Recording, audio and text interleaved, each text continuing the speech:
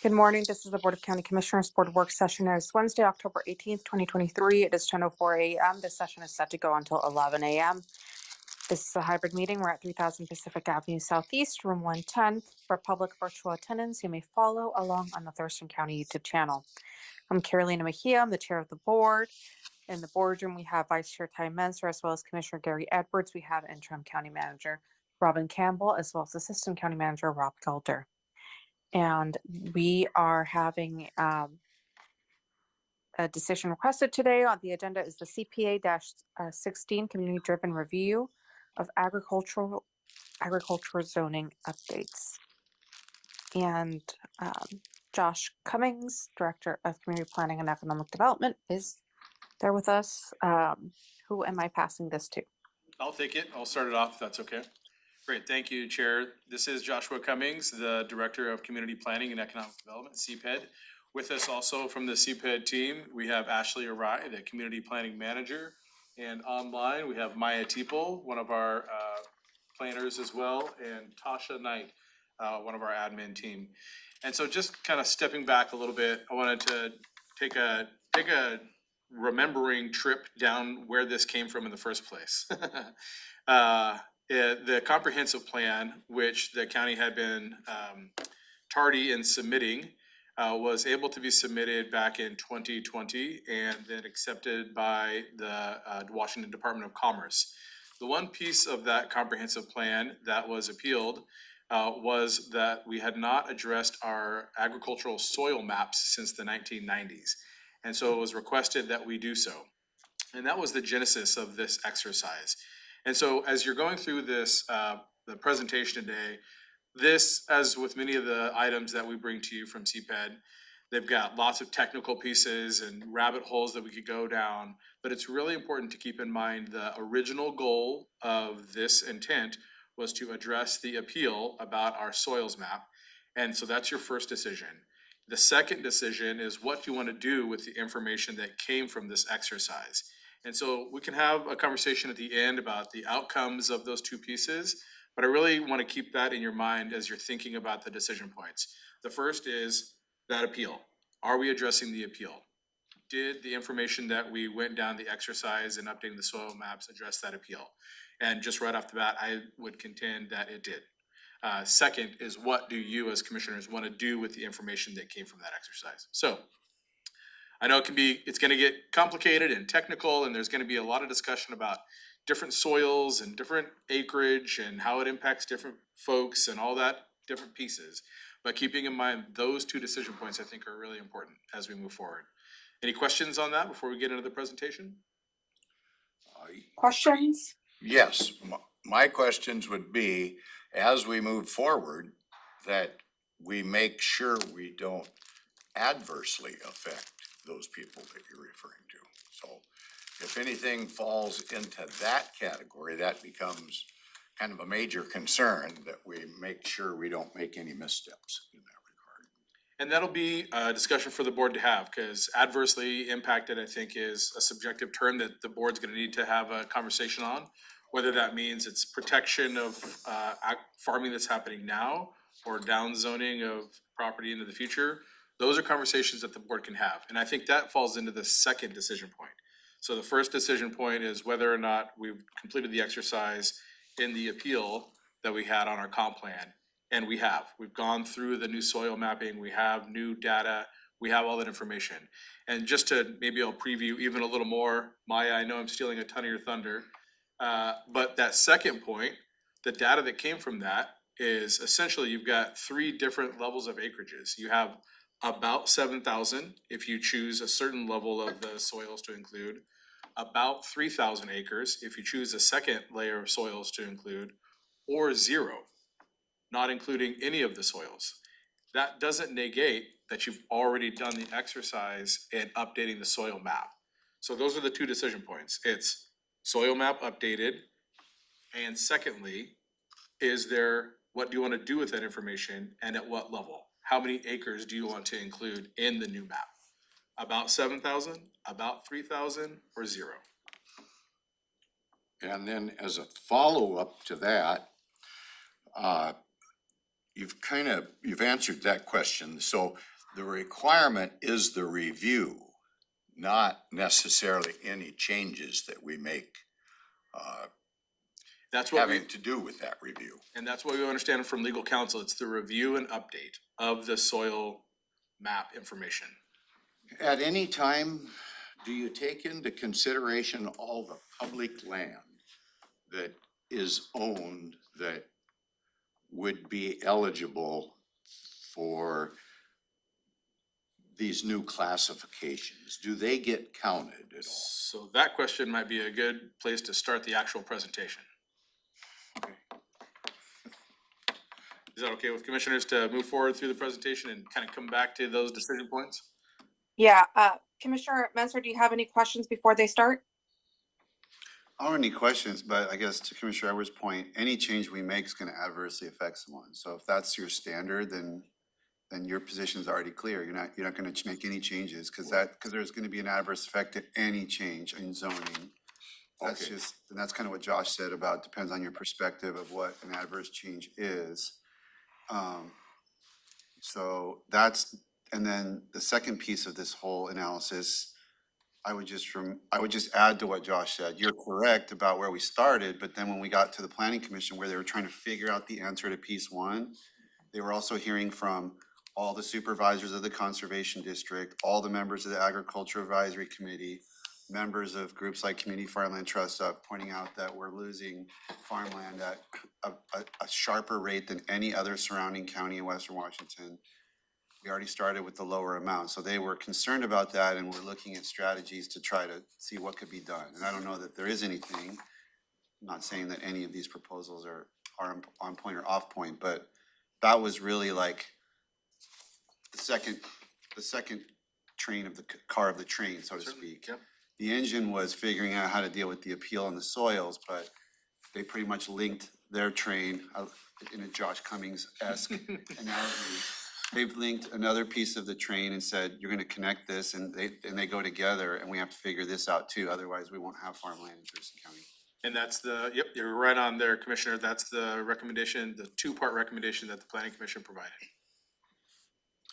So now I need to follow up on Commissioner Menzer's comments, I guess. Yes, I am concerned about eminent domain.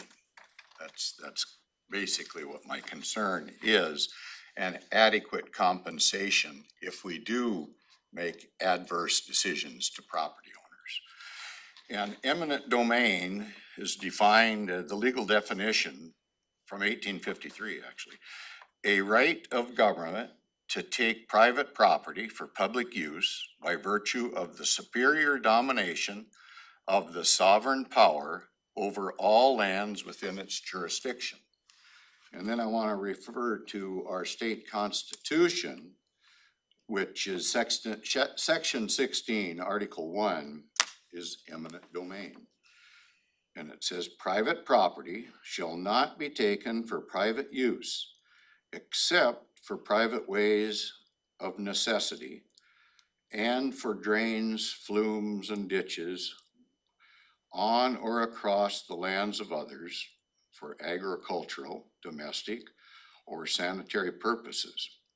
No private property shall be taken or damaged for public or private use without just compensation having been made first. And that talks about being paid into the court, and if you're unhappy with it, you can have a jury make the decision of adequate compensation. So my follow-up question is, did we have discussions during this process about compensation? So do we want to go ahead with the presentation first before we start? I just want to make sure that at least we're able to get through the presentation before. I know that there's a lot of questions and thoughts. I know that I have some questions and thoughts, but I just want to make sure that we're at least addressing the presentation first, and then we can go into the weeds a little bit more. Okay, that's fine with me, Madam Chair. Thank you, Chair. And I think that some of those tools will be discussed in this presentation. So we can proceed if the board is willing. Maya, are you ready to get going? I sure am. I just shared my screen and I have a PowerPoint up, so Ashley and I will be tag teaming this again today. Thank you, Commissioners. Maya Teeple, Senior Planner with Community Planning. Here again, this is the third briefing before the board on the agriculture zoning update. So the purpose of today's briefing is to answer any questions you have on this proposal. We will have some time at the end to have that discussion. And then we are asking for a decision from the county commissioners on which items, if any, they're prepared to move forward to public hearing. And of course, the board has the option to not move anything forward and continue to ask questions and work through this project as well. So Josh provided a good context, a little bit of background about why we're doing this update. So there are two main catalysts. The first is the appeal, which the director just mentioned. In 2019, we adopted our updated comprehensive plan as part of the periodic update.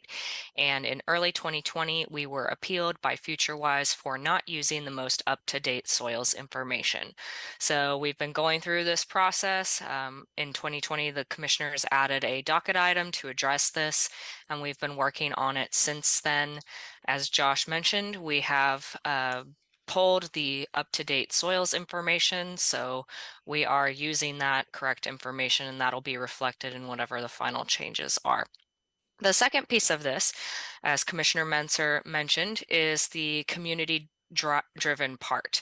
So we did hear a lot of comments from our community in a survey that went out in early 2021 that there is a desire to rezone certain areas and consider updating zoning as priority. So particularly the community was concerned about loss of agricultural lands and what we could do to protect that. And the one thing that was noted in the survey, one of many tools, I should say, it's just a single tool in a toolbox, but the community did identify zoning as one of those tools that they wanted the county to look into further to protect agricultural lands. So a little bit about our long-term agriculture designation and zoning. This is just a refresher, so it's a very bulky slide, but I'll cover it pretty briefly. The county is required to designate long-term agricultural lands for commercial significance, and this is a requirement under state law. And the gist of that is that we have to protect lands for future agricultural use. There's no magic number. We just have to protect enough to support the industry.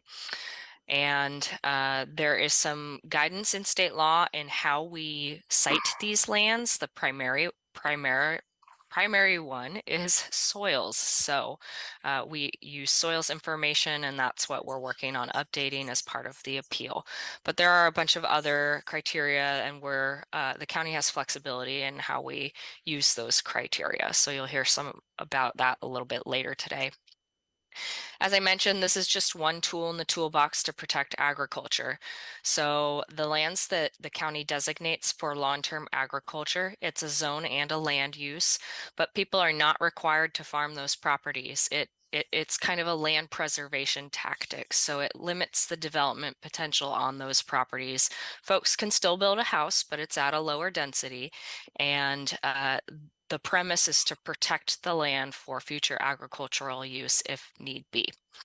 But we do have a lot of those lands that overlap with existing farms. So currently the 15,000 acres that the county applies is about 70 to 80% overlapped with existing farms.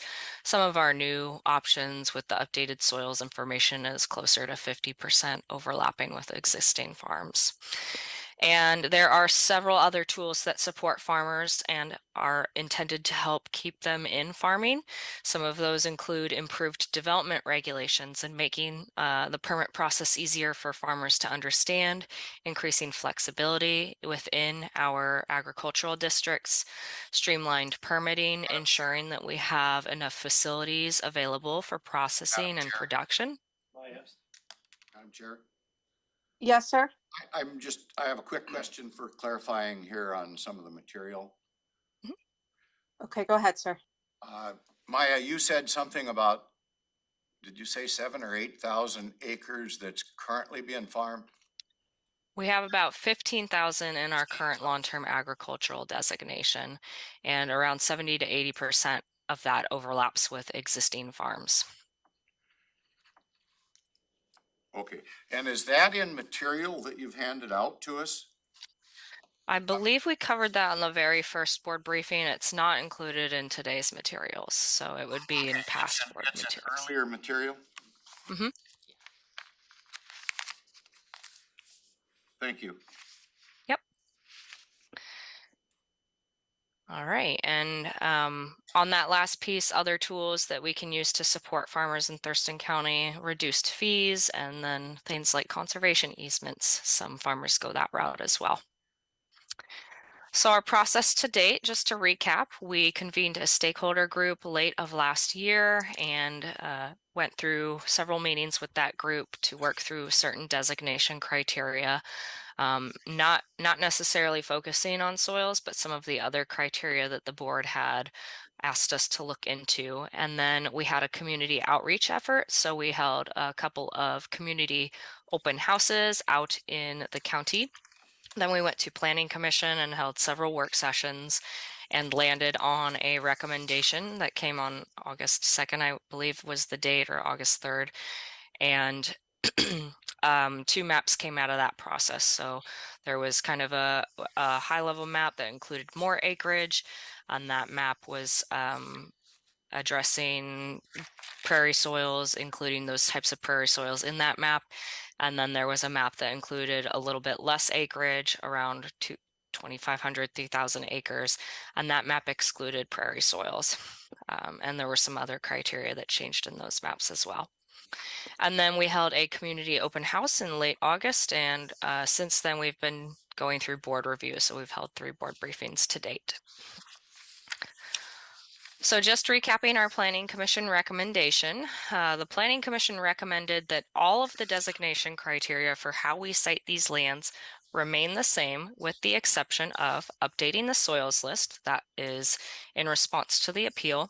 And the Planning Commission did still include both droughty and wet soil types. So their preference was to include more.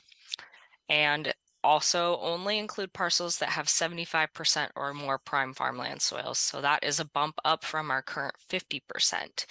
And then finally, the last change that the Planning Commission recommended was on block size. Currently, the county has a block size requirement, so how much agricultural land needs to be clumped together and contiguous in order to be included and designated.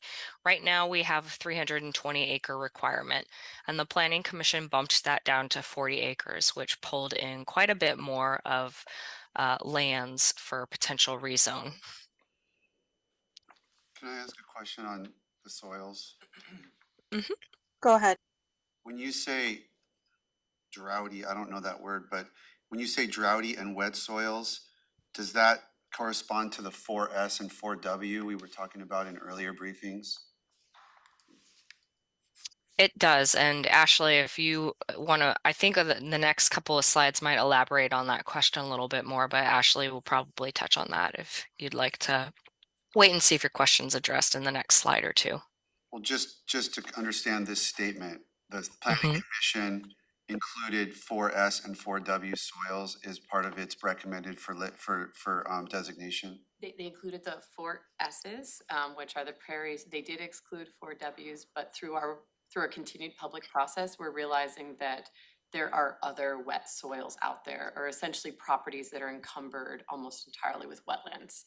So to answer the commissioner's question, the 4 S's include droughty and wet? Oh, no, so 4 S's droughty. It's soils that are prone to drought. And Okay. I know. And 4W, that W does mean wet, but it can be attached to 3, class 2s, class 3s, but the W means wet. I'm not trying to get ahead of the presentation. I just want to know, what did the Planning Commission do with these two categories? They excluded some wet soils, but not all, and they included the droughty soils, those prairie soils. Okay, so they included wet. So, No, I'm sorry. So I think the intention was to exclude wet we didn't realize how, that it went beyond what they excluded. So they excluded in part the wet soils, Excluded wet in part. included those soils prone to drought. Your prairie soils. So Two different things. excluded wet, included droughty. Some. They excluded some wet, what we've you've heard from folks up near Woodard Bay, with the beaver ponds and wetlands all over their property. They're not alone. There are other properties out there that are almost completely encumbered with wetlands, that would not be considered prime farmland. So the by planning USDA. commission included in their recommendation all soils prone to drought and some soils that are prone to being wet. Yep. Assuming that they'd been historically drained. It gets so confusing. Remember what I But- said at the beginning? This is gonna Yeah. get technical. No, I remember, I Yeah. remember this conversation and so you're saying, but that's a different question that we're gonna have to take up about the Yep. different wet ones. Yep, and we're teed up to have that specific conversation today. And you're gonna explain what is defined as wet soils as part of your Yeah. explanation? Yep. Well, and yes, we'll describe what those look like and what the USDA has to say about them as it relates to prime farmland, which is really the important piece. And the USDA also makes comments about droughty soil. I don't know, Yep. is that the term they use? I don't remember. Now I'm like, uh-oh, maybe I made that one up. It's prone to drought. It's a really good word though, isn't it? Yeah, I'm so going with prone- dry. Prone, Just taking dry, the dry DR. soil. Dry soils might be more of an They're- explanation. And the 4S is stony, right? It's stony and prone to drought. Okay. Those things go hand Although in it can hand. be classified as prime, and I'm using, If irrigated. Prime if irrigated. if irrigated. Yes. But we can't get irrigation rights because there are no more water rights left available for farmers to buy. But there's water. cattle grazing on a lot Yeah. of that, so. That- You've is learned a agriculture. lot. I went through all my notes this morning from every meeting. Yeah, so we are teeing up in just a few slides to really focus in on that. But we do want to highlight some other items that have come up in this evolving public process. Okay. And then this last question, the planning, I'm trying to focus on this slide, which is the planning commission recommendation. When Josh said there's 7,000 acres, there's 3,000 acres, there's 0 acres, which one was the planning commission recommendation? About 7,000, Okay, so that's that the same. higher end.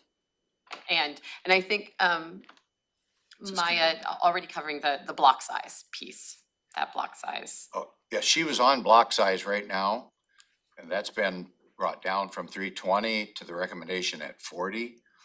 My question is, when you say block size, that could be numerous properties that are in close proximity or adjacent to, or what's the definition there? Yeah, Maya, do you mind answering that?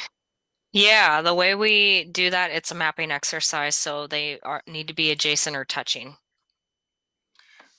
Okay, and then So you make a block of 40 touching, or you make Right. a block of 320. I understand that, but why are we exempting, let's just say, I've used this before, the carrot farmer. You can raise a lot of carrots on an acre of ground, 5 acres, if you've got the right conditions. And so why would we eliminate counting them as ag soils if they're producing an ag product on 5 acres of land and next to them, I don't know, is a housing development, I guess, I don't know. I think it's a good question. I think what we're up against is the designation criteria and guidance we get from the state is very rigid. There's little flexibility to recognize existing farms that are on the ground today that might be a smaller carrot farm or a smaller alpaca farm. And I think what we've all realized, like to your point about community farmland trust and our farmland protection advocates, that, that connecting of the train to this process, I think there's an acknowledgement that it might be more appropriate to have a separate train on a separate track with an agriculture zoning that we design that reflects the kind of agriculture that we have here in Thurston County, which would give us that latitude and But flexibility. that doesn't give us the latitude, the state, to determine, well, 40's too big, we want 5. Are you saying there's a RCW or something that says you can't do it? You can go down to 5, and one of the earliest mapping exercises we did with the stakeholder work group went down to 5, but you can't exclude things that aren't currently in agriculture, so you end up with close to 100,000 acres, because soils is your first lens. Maybe let's try this a little differently. So this is, LTA is a zoning conversation, so it's a big look at the maps for zoning. The carrot farmer on 5 acres is an activity. And so those are connected but different. And so the original block size, 320 acres, you take in 320 acres block and that can be an LTA. That's a big block of things that limit what you can do on that 320 block. Now the planning commission has recommended that the block goes down to 40 acres, which limits those blocks. You don't want to limit little teeny blocks because of an activity. So the zoning exercise is what we're talking about, less about the carrot farm. As we've talked about, it's not recognizing activity as much as the larger zoning block. And I think if you look at page 4, if you think about long-term agriculture, the LTA zoning, it's like a big, like an axe as a tool. It's a big tool. And then there's all these other tools that are more suited for that 5 acres. And so what we're talking about right now is where do you want to take that big clunky tool and use it for zoning in our community? That's the conversation. So when we talk about the carrot farms, that's a different tool that we should consider. But I think that will be sussed out as we keep going on the presentation.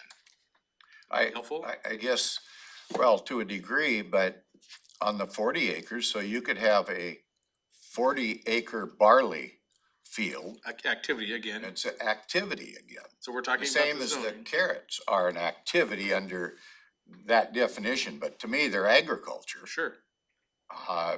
And that's kind of what we're trying to get to deal with. And so even if we told somebody that had 5 acres, for an example, in a carrot farm, and you're gonna put some restrictions on it, I don't care if we put restrictions on it.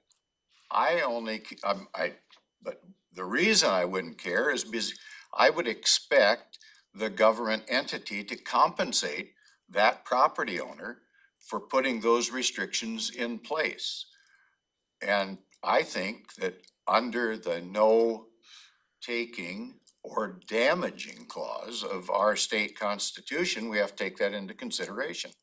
And that's That's part all. of some of the tools that other communities use is compensation. But I think that we can get to that if we're able to continue with the presentation. Okay. Maya? Yep, and you're already on the next slide, Commissioner Edwards. So one of the recent comments that we've heard from some individual property owners that are objecting inclusion of their property. A lot of these are properties that have maybe class 1 or class 2 soils and they're wet and they have wetlands on them. So as Ashley mentioned, the Planning Commission intended to exclude wet, but we found out through this process that there are still some properties that have wetlands on them.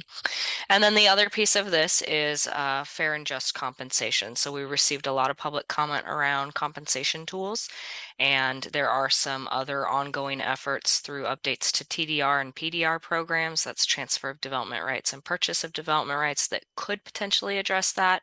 But depending on where the board lands, we can certainly continue those discussions a little bit more. So other themes that we heard was generally consistent with what we heard through our planning commission process. There were concerns over the wet soils and the stony, dry soils for being included as commercially significant agriculture, which is what this zone is intended to designate. There were questions about why the block size was reduced. Back to Commissioner Edwards' question, that was originally intended to reduce nuisance claims. And what we have seen is that there are not a lot of nuisance claims in our long-term agriculture zone. Most of that occurs on the smaller properties that kind of occur outside of that zone. So, you know, keeping that block size larger did have an original intention to reduce nuisance claims. There's tractors and haying and things that create dust and noise and odor that occurs in these areas. And then we also heard from some mining and forestry operators about concerns of redesignating their property and if it's appropriate to be designated as agriculture. And so the last piece of this slide is we've learned that the USDA updates their soils data. And so the most recent maps that have come before the Board of County Commissioners are not the newest maps. The USDA updates the soils information once a year to reflect any new information in the soil survey. And we've learned that we will need to use that refreshed data in our new maps. Ashley, I wanted to check if you had anything you wanted to add on this slide. No, I do just want to note that we would have liked to have updated those maps, but we are in the process of recruiting a new mapping specialist that will be able to assist in making maps for the board's public hearing if they choose to set a public hearing on this. But we don't have them today, so we're gonna move forward with a presentation. We think we've got some really good discussion points, even without a set of updated maps, but we did want to bring it to your attention. And it's a good opportunity for you as the board to make additional changes to those maps before they move to public hearing, since we know. And I'd say that the staff has done a great job of making sure that we've got a fine tooth comb. But whether or not we use the 2022 map or the 2023 map from USDA, it does not change the general themes of the decision-making process. So just in terms of accuracy and technical correctness, the staff has done great.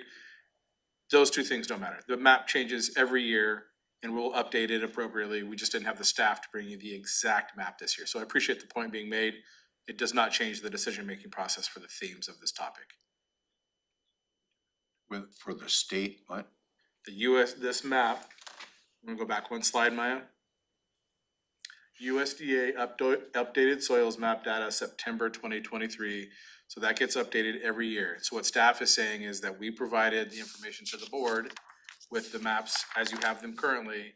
Then USDA updated their information, which will update later, but it's so technical and so specific that it doesn't necessarily change your decision-making in the process. But staff didn't wanna not say it out loud. So from my perspective as the director, I appreciate the staff's being very technical, not necessary for the board to consider in terms of the themes of the discussion.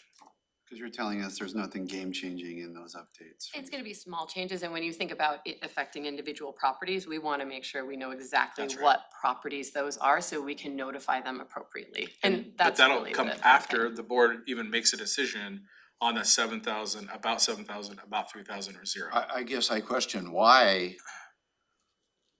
based on what Ashley said, that if you're a property owner and all of a sudden something has changed on your property that might influence what we do or whatever takes place, I don't think it would be responsible, from my perspective, to use old material to make a decision based on newer material, that's all. Where it's a decision so far down the path, like, remember we talked about the two main decision points. Whether or not the process of updating the soil map information is complete. Now we're in the second decision about all the technical pieces. Remember that discussion about rabbit holes at the very beginning? This is one of them. So we're not even to that point yet of whether or not it's about 7,000, about 3,000, or about zero. Once you make that about determination, then we'll get the specific data from this updated map, bring it to the board if you choose the 7,000 or 3,000, and we'll provide you all of the different folks that are gonna get notified that their zoning is going to change. But the staff is looking ahead, so we're not even close to that decision point at this time. Nobody's gonna be left out in the process if the board decides to take in any number of those acreage that change to LTA. So how long has it been since we've done this review? 1990s. So I guess my concern is that we make sure we don't rush, there's some rush about getting this done this year or It's something? just about, the decision points are, if you wanna close up the comp plan appeal, and secondly, do you want to think about zoning more areas long-term agriculture? And the map that we're using is from 2022. So the information you're seeing is pretty darn recent, but we haven't done this since the 1990s. And so there's not a huge difference between 2022 and 2023, we presume. Well, that might be right, but as Ashley said, it could affect somebody's property, and Definitely. And that because decision- of that, I would not be inclined, I don't think, to rush this if it's been more than 20 years since we've done it. Let me try again here. What would be the rush to try to get it right for that individual, whoever that individual might be? So the ag plan is not one of the items that we're trying to wrap up this year. Oh, okay, it sounded like we were trying to get that done this year. The only, Not the ag plan, the other items that we put on, that we reviewed yesterday, that we are trying to get across the finish Yes. line this year is the comprehensive plan amendments, and that includes the Grand Mountain sub-area plan, the Olympia joint plan, the Yelm joint plan, the Lacey joint plan, the Pogue land use and rezoning, and the capital improvement program, the CIP. And then the other items that we are trying to wrap up this year are the wireless code and the shoreline master program.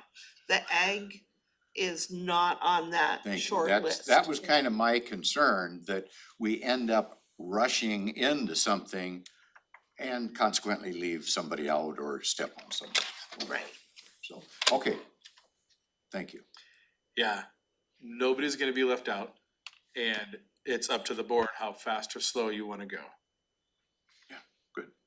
They heard yesterday the things that we're trying to get across the finish line this year. This is not one of them, Yeah. And This enough, is, thank you. this is a comprehensive plan amendment, but but not That's for fine. this year. it just, from my perspective, I've heard the board say, clear docket items. Well, let's not clear it to the detriment of the citizens that might be affected. That's Acknowledged. all. Okay. To the extent, right, that we're trying to satisfy the 2019, if we reach some determination that that is satisfied, then it's a different conversation right. about Thank the you. bigger picture of ag zoning that could extend into next year, but we wanna move beyond 2019. Did you get that one, Commissioner? That was a I very got good it, but I point. don't know whether I agree with it or not at this point. That's all.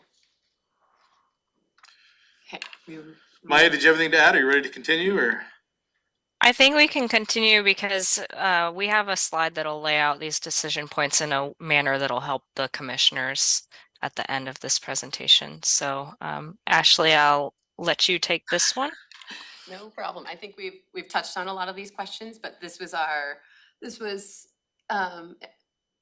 well, what we hoped would make it very clear for the board in terms of the decision points that are before you with that next set of maps. So even without the maps, the three primary questions that we've put together are, do you want to increase the block size from the planning commission recommendation? They recommended 40 acres. You could choose to keep it at the current block size of 200 to 320 acres. Question for you, do you want to remove the remaining wet soils? So those properties that are prime if drained and they weren't historically drained and they're still encumbered by wetlands. And then finally, do you want to remove those stony soils, those stony dry soils that are prone to drought? According to USDA, they're only considered prime farmland if irrigated. And we know that, you know, water's a diminishing resource, it's a dynamic one. We don't have a way to track which properties have water, don't have water, and we don't wanna force a property owner to keep water for irrigation purposes. That's not the role the county plays in terms of water allocation. We think regardless of whatever the answers are from the board on these three items, we can still respond to the appeal. That we would be updating the soil survey information, but you as the board can choose which of the soils on that new list are considered prime farmland soils that the LTA zoning tool is the appropriate tool to use in protecting. Could I ask you a question on that, please? Madam Chair, I know we're running out of time, but just real quick. Yes, no? So we do Go have, ahead, make it quick, please. Okay, so the criteria for an example of prime soil, and you know, one of the things you mentioned is few or no rocks. You know, water is another one. So if we were to limit that, I can only think of, river bottom areas that are sandy loam. And the rest of them that I'm aware of are pretty well, they got rocks in there. You know, so I'm just trying to get a handle on that. Would that limit our ability to, have the acreage? Are we looking for a number on the acreage? Is that kind of where we're going with this? Nope. Or we're Nope. just looking for the update? Where we're going is page 11 on your slide, move forward with full project to the public hearing, move forward code update to the hearing, or request additional time on the appeal.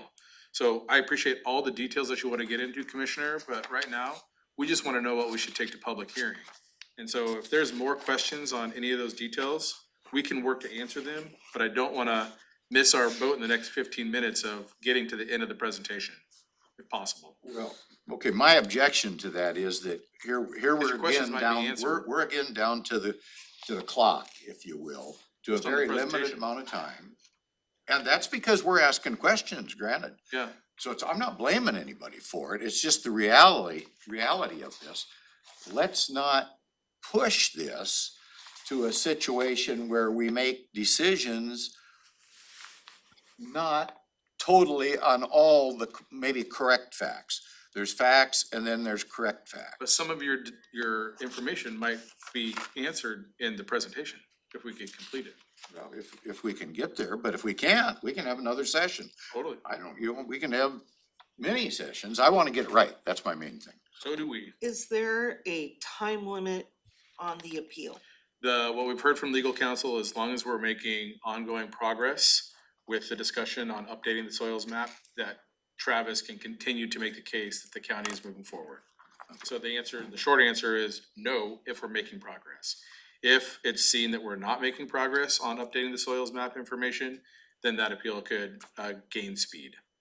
I think every time we have a discussion, we're making progress. And that's what we'll work with Travis to engage. This would be the third briefing on this topic? That's fine. You said it was complicated. I did. It can be complicated. Okay.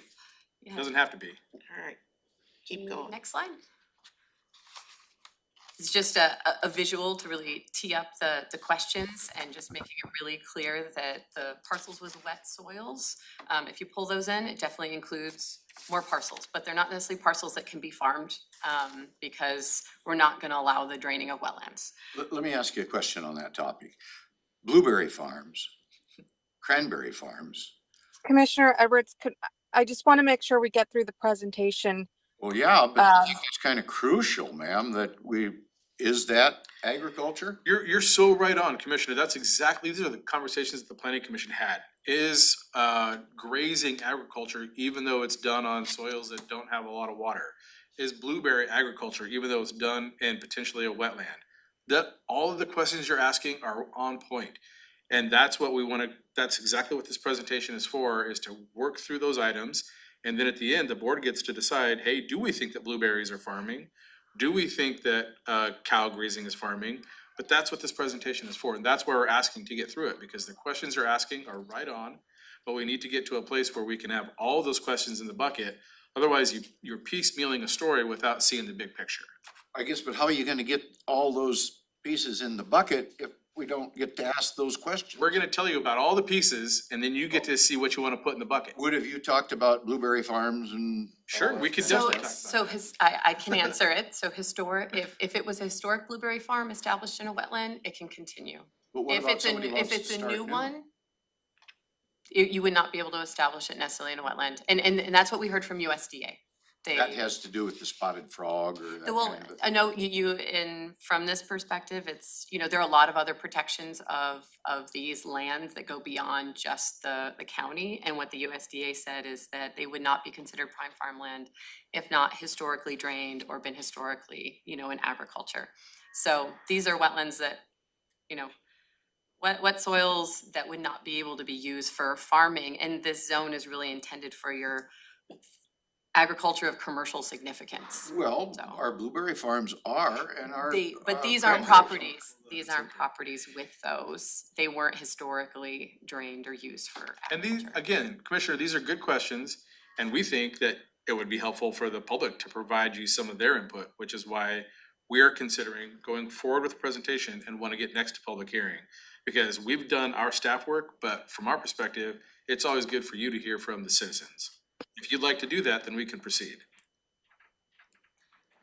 I'm not sure I'm ready to go. You don't want to hear set from the public citizens hearing quite yet. yet? I'm all for hearing more about this particular topic and moving forward. But the reality is, I don't think being limited to the questions that I can ask for the citizens I represent is good government. So that's where I'm coming from if we're trying to rush to get something done. And it sounds like we're trying to rush to move this forward, and that makes me nervous, so. Well, let me that's say it where- again. It's up to the Board of County Commissioners how fast or slow you'd like to go on the decision-making process and the presentation for that matter. I'm trying to push on the presentation so that the board has all of the information. But if the board would not like to finish this presentation, that is completely up to you. So I'm going to do a time check, Commissioner Mejia. Madam Chair, we have. Yeah, we have 10 minutes left. I want to get through the presentation. There's a lot of information on it. I've had separate meetings with Ashley and Maya to kind of walk me through this process. I've been meeting with different citizen groups on this. And so I kind of want to get through the presentation because I think at that point we can have a discussion as a group, as a board, what steps we want to do. Do we need another briefing or are we ready to move with a public hearing? Great. But unless we get through this presentation, I don't think we're gonna be able to get there, and we're gonna, keep going into to different variations. And I think a lot of the slides are answering some of these questions that we have. And then I know that there probably is going to be more after, but I would like for commissioners to kind of hold their questions till the end of the presentation, and then we can move forward, seeing that we're just so limited on time. All right. This thank morning. you. And then go ahead. Yeah, I mean, I think, we could even move on to the next slide, because I think you do understand sort of those three main buckets or decision points. I think what we've been hearing from the community is that they would really like clarity in terms of what the board wants to include or exclude for a public hearing. Right now, there's a lot of anxiety as we continue through these discussions for property owners that don't know whether their property will be on a map for consideration at a public hearing. Which is why we're really trying to focus it in on these three decision points so that we can create that next set of maps and provide that clarity for folks so they know whether they're gonna be participating in that next step of the public process. And so those three main decision points that sort of feed into that next set of maps are, as a board, do you want to include properties that weren't historically drained? Do you want to include, properties that are in need of water to be considered prime farmland? And do you want the block size to be 40 acres, which the planning commission recommended? Or would you like to keep it as is in the current comprehensive plan? And I think answers to those questions or even permutations will really set us up to establish that next set of maps and provide clarity for the community. So work with us on the slides, considerations for the BoCC. What would you like to say? Yeah, so which destination criteria maps would you like to move forward to public hearing? And then while we prepare those maps, don't want to lose sight of, there's another piece of this project, and it's the development code updates to the agritourism chapter and the long-term agriculture zoning chapter.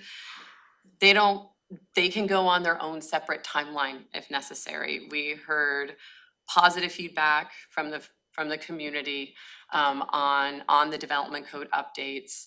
They can be split off for a public hearing and on a nearer term or on a faster timeline if you want to keep working through the maps. But they provide so I'm losing my words, Josh. Consistency, flexibility for the. For property owners today. Yep, for the development code. So let's go to the last slide. And these are your options. Yeah, and I'll recap this really quick. So as in terms of the zoning map changes, we're not looking at having any sort of final action this year. That would continue into next year, moving the full project code and maps together. The earliest kind of time frame would be requesting a hearing in November and then holding a hearing early next year.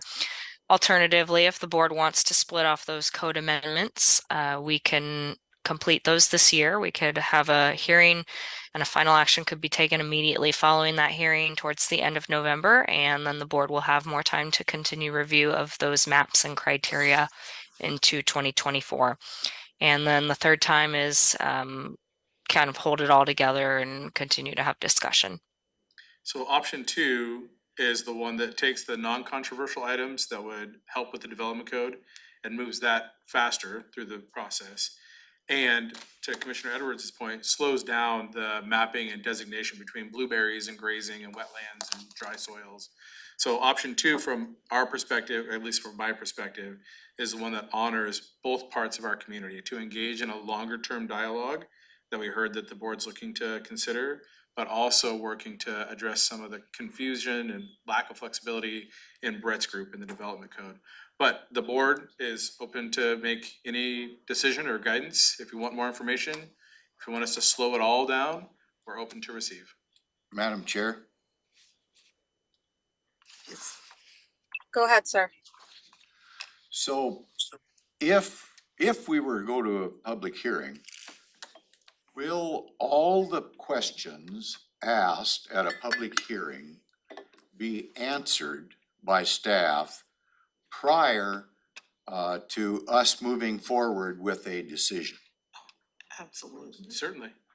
All the questions would be answered. We will do our best to answer the questions with the information that we have and provide that to the board. What we cannot answer is subjectivity.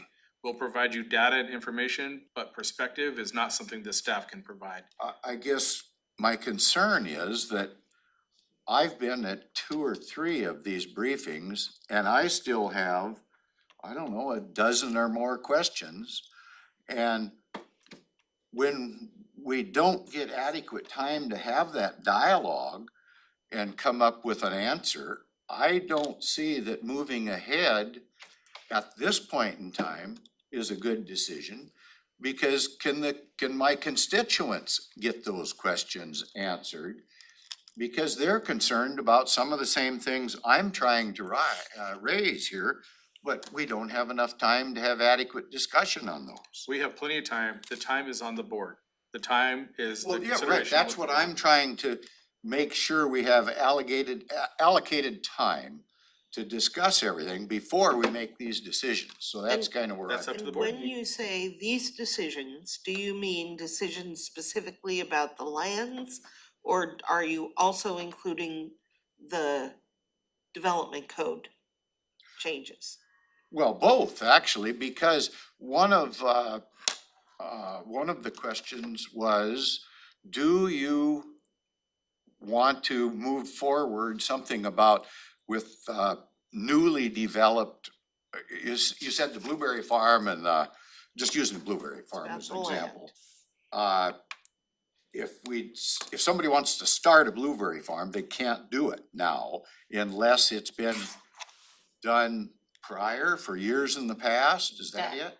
That has to do with those properties that weren't historically drained. The code would allow a blueberry farm.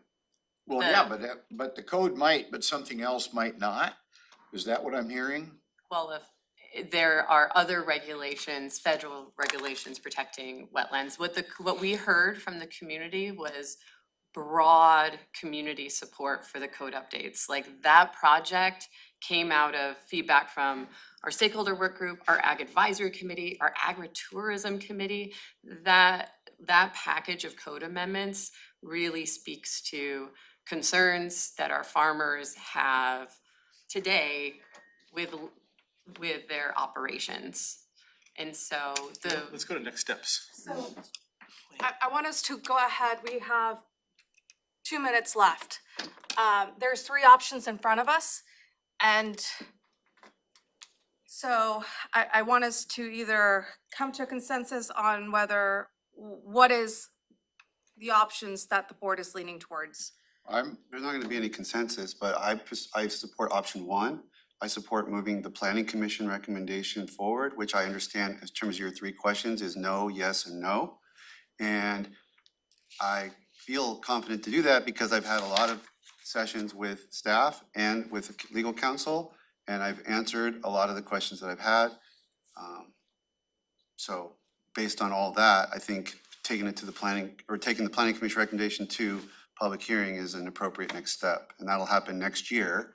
And then we'll have, just like Shoreline Master and all the other things that we do in the docket, we'll have unlimited amount of time for us to follow up with what we hear and ask staff questions before we have to make any decision. That's right. So I don't see any reason why we wouldn't go with option one at this point. So for where I'm at, and then I'll let you go, Commissioner Edwards. For me, I want us to have a public hearing because then I want us to have those discussions as we've had in the SMP. Not saying that I agree with the planning commission recommendation because I have a lot of concerns. I've heard a lot of concerns in terms of it. I've talked to different groups about that. There's a lot of questions that I have in terms of the purchasing of development rights and the impact that's going to have on our budget as we have it right now and whether there is a plan for that. But I also want to be responsive to this appeal, knowing that there's a possibility that if we go to 0, that we could still be responsive to it. So for me, like, I want us to move forward to a public hearing, but not saying that I'm in agreement with the planning commission recommendation, because at this point, I am not. But I want to hear from the public on their concerns. I want, and then move forward with the board and have those more in-depth discussions where we can actually get into the weeds of it. But I don't think we'll be able to really get into the weeds of it unless we hear those concerns from the people being affected by this proposal. Just like we've heard from the SMP, we heard several concerns. We've gone through several properties. So whether it's option 1 or 2 for me, like I want us to move ahead to that public hearing aspect of things. Commissioner Edwards? Well, I have to disagree because I don't feel we as commissioners have had adequate discussion amongst ourselves or with staff. Commissioner Menser said that he was ready to move forward. He's had a lot of discussions with others and is satisfied. Well, I would like to have privy to those discussions. And I can't sit in on a discussion like that Commissioner Menser might have because of the Open Public Meetings Act. Now, in January, it sounds like I could listen in on something like that without being a violation of the Open Public Meetings Act, because 2 will no longer be a quorum. So I really think we're kind of pushing this through faster than it needs to go, because I have a lot of questions. And when you talk about questions that are being asked and you can get with staff or ask counsel, that type of thing. Well, I'm not saying that's not true, but we work for the public, and the public should know what questions that we're asking and what the answers are and how we're basing our decisions. And short of that, it looks like something is being done behind closed doors to push something through. And I'm gonna refer to the Maytown lawsuit. The Maytown lawsuit cost $16 million in the end. And that came about because of some missteps. I'm not gonna get into blaming anybody about it, but I wanna make sure that we don't make missteps as we move forward, because it could be, perception is oftentimes a big piece of reality. And when the perception is we're trying to take somebody's right to do this or that, maybe a property right or to build, whatever it could be, without adequate discussion on this, I think it opens the county up to liability. And that's where I'm coming from. Commissioner, I'm you may. trying to Oh, sorry. protect the county from being brought into litigation again. So two things, you may recall that you have had a private meeting on this topic Yep. where you had an opportunity to ask a number of questions, the staff provided answers. Yes, So just wanna make sure that that's clear, we have engaged in that. And yes. that option one provides the most transparency. And to your point, how can the public see what's happening? That's what a public hearing is. And so all of that conversation is exactly what these options are. Understood, but I wanna make sure that it's clear that your perception on Maytown is not connected to whether or not we move forward for the Board of County Commissioner to decide Well, on a public I differ hearing. with you, sir. I think it is because it's the broader concern of the risk pool, which I sit on the risk pool. And the risk pool is very concerned that we end up in a broader litigation situation with land use. And this is land use. So that is my concern. Okay, so then, I guess, option one, commissioners, option three is what we've had a couple of briefings on this. For me, it's have a public hearing and let's hear from the public on this. Again, not saying that I'm in support of the proposal that's been put forward by the planning commission, same as the shoreline master plan, same as the wireless code, same as, I am, very open to really hearing from the public on this. I already have some thoughts on my own on kind of, just from conversations I've had before this on kind of the direction that we should be heading.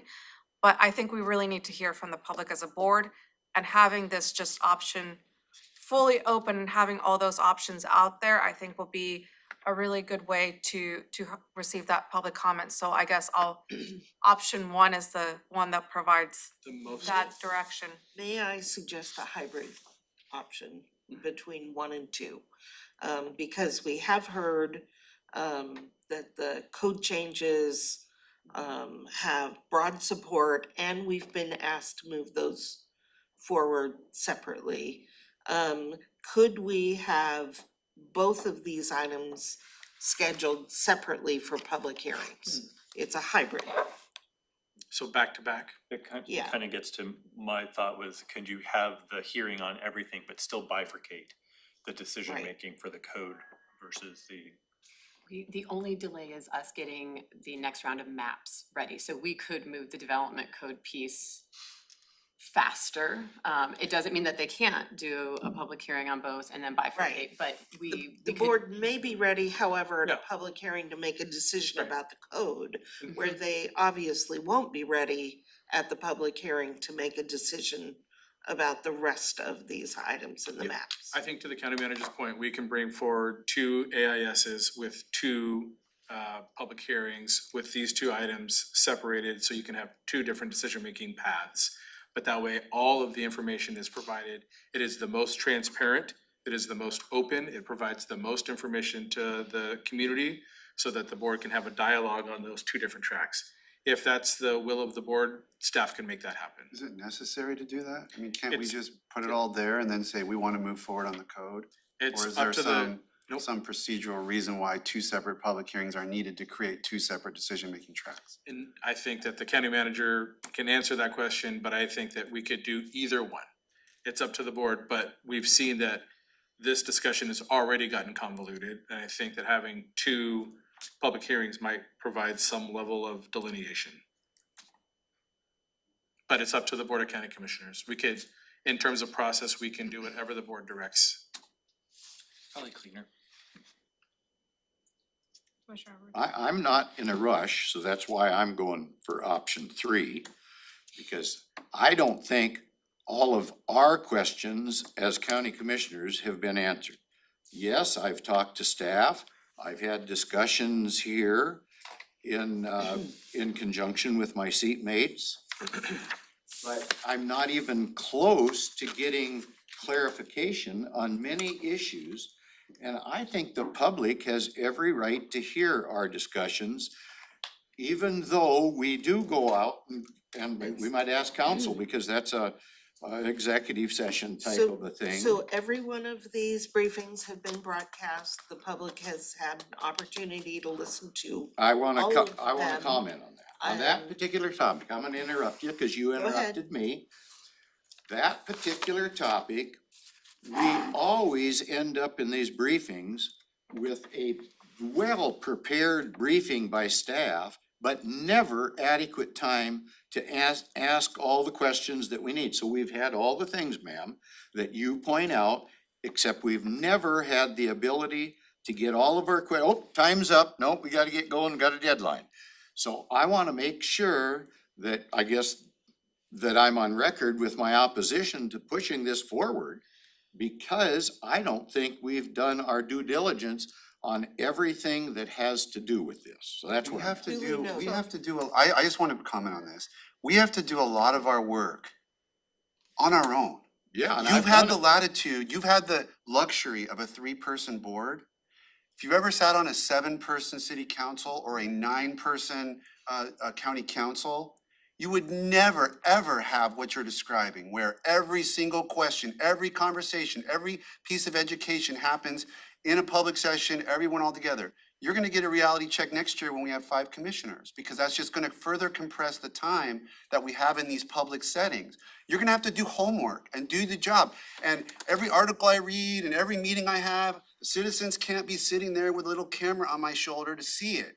We are elected to do work on behalf of the public, and we're expected to step up and do that work. And then we have discussions, we have discussions at a high level amongst ourselves. But to say that every little thing that we do to educate ourselves and to ask questions and to find out things from legal counsel and staff has to happen in this setting, that's not realistic. That's not how, we kind of do that to some degree because we've had the luxury of a 3-person board, but we've also had the detriment of a 3-person board. And we all agreed that the detriment far outweighed the value. And so we're going to 5. But this idea that if I ask a question to staff in a separate meeting, that's not a public meeting, somehow that's not a legitimate way of us doing our business, and I have to take issue with that, because that's just how things have to happen. I do a ton of work outside the context of these meetings to educate myself. I just spent an hour this morning going through all my notes that we've had on every work session on this topic. So I was ready, and I didn't ask a lot of questions. I didn't get to ask many questions, because you took up most of the time today, sir.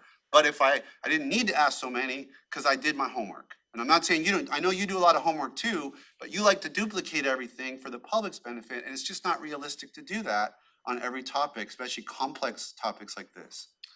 Well, okay, I have wanna- to say that We have to be wrapping up. we are gonna wrap up, but there's been quite a tirade about I may or may not be doing things right.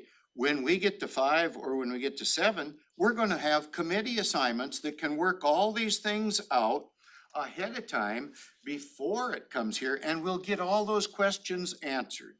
So I'm looking forward to that. Everything does not have to be done in the public arena, but the more that is done in the public arena, the better and the more trustworthy we are perceived by the public. So trust is a big piece of my position here. Thank you, ma'am. Thank you. So the Okay. Chair, you made just real quick, Chair, you made a really good point in terms of the SMP and wireless. After the public hearing, we've had 6 briefings on the Shoreline Master Program where the board has struggled with details and technical difficulties. Really appreciate that point, and thank you for the in-depth conversation. So it seems like there's 1 for option 3 and then 2 for option 1 in terms of, and then there was a proposal whether we could do 2 separate tracks. I'm okay with having the 2 separate tracks, but I'm not sure. Commissioner Menser, the proposal from the county. I don't have any position on that. I don't know if it's necessary, but if folks find it helpful, then that's fine. Okay, so But do we need, my question for staff is, in moving option 1, you had 3 questions for us about option 1. Yes, and Don't I- we need to answer those Yes, questions? I wanted to get clarity. You had said yes, no, yes, which I said equates. no, yes, Oh, no. I'm sorry, no, no, yes, no, Which which I is. felt was consistent with what you Yeah. told me the planning commission has. Yes, yep, so And again, I agree with excluding, Commissioner Mejia, I'm not saying I'm agreeing with all of that, but that's what I wanna move to public comment. so the no, yes, no would be keep the block size as is, remove properties that weren't historically drained, and still include those stony soils. Is Correct, the that's my map, the position. map set that Yeah. Commissioner Menzer has said that. And for Which me, flooding. like, I've, you know, not, I'm really, that's gonna be one of my main sticking points is gonna be those, prairie soils and removing those, but I kind of want to open it up to the public for that. I think it would be good to just open that conversation up. But I guess I'll put my cards on the table that I'm not, you know, in the final plan, that's gonna be one where I'm going to have a lot of questions about and, So what are we moving forward to public hearing? the planning, Planning commission Commission recommendation. As they recommended it, and are you comfortable with that? The no, yes, no. So I think so we already have two options that show what it would look like with prairie soils, what it would look like without.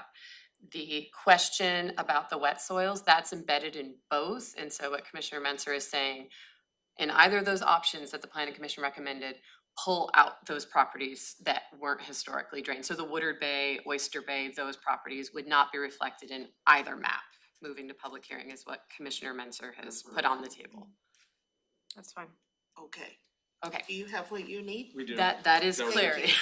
Please stop sharing the screen and We are adjourned because we do have, it's 11:15, we do have another hearing following this.